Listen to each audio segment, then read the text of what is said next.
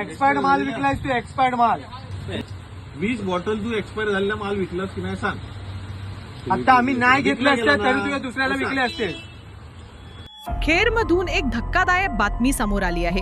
गृहराज्य मंत्री योगेश कदम यांच्याच मतदारसंघामध्ये चक्क एक्सपायरी झालेले पदार्थ विकून नागरिकांच्या आरोग्याशी खेळण्याचा धक्कादायक प्रकार समोर आला आहे. खेड शहरातील राजस्थान स्वीट्स नावाच्या दुकानात मुदतबाह्य अन्नपदार्थांची विक्री सुरू असल्याचा गंभीर आरोप येथील नागरिकांनी केला आहे.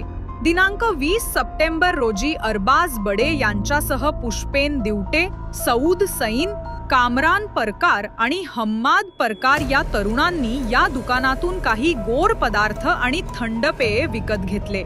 मात्र त्या गोड पदार्थाला बुरशी आली होती, तर थम्स अपची एक्सपायरी डेट उलटून गेली होती.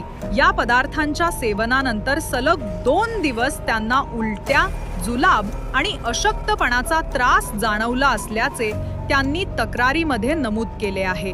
या नागरिकांनी प्रसंगावधान राखून या दुकानदाराचे फोटो आणि व्हिडिओ पुरावे म्हणून जमा केले आहेत.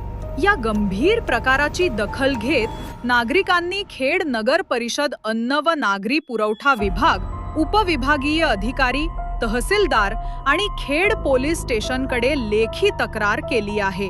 एक्सपायरी झालेले पदार्थ विकून नागरिकांच्या आरोग्याशी खेळणाऱ्या या दुकानदारावर तातडीने कठोर कायदेशीर कारवाई करण्याची मागणी या नागरिकांनी केली आहे.